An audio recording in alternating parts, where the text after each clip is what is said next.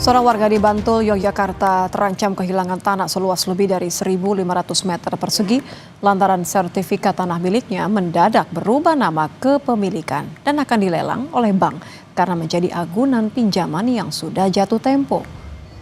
Kejadian bermula diduga ketika Tupon Hadisuwarno, warga Bantul, meminta bantuan seseorang untuk memecah sertifikat tanahnya.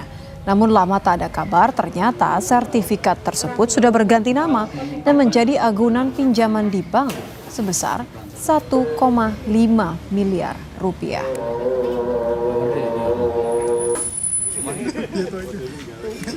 Tanah itu ya? Tidak pernah menjual tanah itu. Dan tidak pernah meminjam uang di bank ya? Belum pernah. Tiba-tiba orang bank datang ya? Iya. Reaksi Anda ketika orang bank mengatakan bahwa tanah ini dilelang itu seperti apa, Mas? Kaget ya. Kaget saya, Pak. Soalnya pecah kok. Pemecahan kok jadi balik nama gitu. Tupon Hadisuwarno, pria berusia 65 tahun, warga dusun Ngentak, Kelurahan Bangunjiwo, Kecamatan Kasihan, Kabupaten Bantul, Yogyakarta, kini dalam kondisi gundah. Pasalnya, tanah seluas 1.655 meter persegi miliknya diklaim telah menjadi milik bank yang disita dari seorang debitur. Tupon merasa tak pernah meminjam sepeser pun uang bank dengan mengagunkan sertifikat tanahnya. Sebelumnya, Tupon sempat meminta bantuan seorang tetangga kampungnya berinisial BS untuk membantu memecah sertifikat tanahnya agar bisa diwariskan ke anak-anaknya. Namun sejak saat itu, Tupon tak pernah memegang lagi sertifikat tersebut. Sertifikat kula niku namung jaluk kali Pak Bibit, adun dipecah-pecah ke tengah loh. Ini juk pripun? Kabare terus pripun? Kabare iki kula ngrenake nggih sesuk ora ya dadi Mbah ngoten niku. Bang dugi. Nggih. Terus Bang dugi pripun? Dilelang.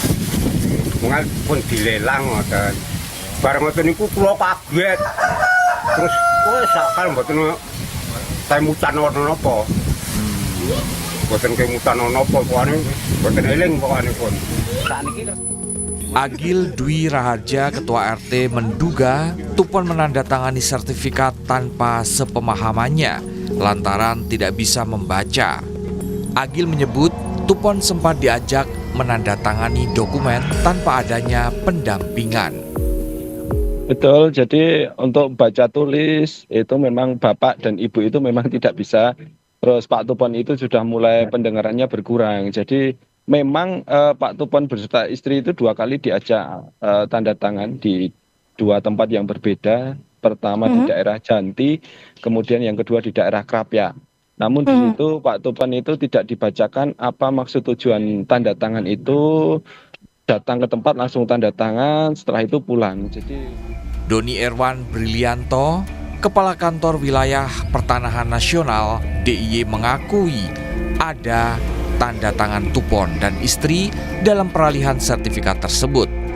Namun melihat proses peralihan sertifikat itu, Doni menyebut akan memblokir internal dan mengajukan penghentian sementara proses lelang sertifikat tersebut. Dan kita juga saat ini juga menyiapkan langkah-langkah selanjutnya lah.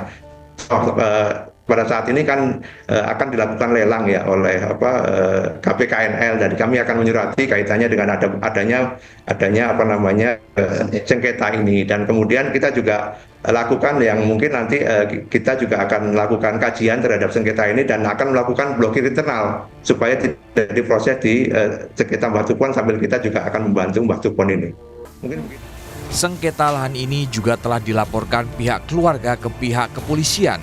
Polda DIY telah menerima laporan terkait kasus tersebut pada 14 April lalu dan masih dalam proses penyelidikan. Tim Liputan Kompas TV.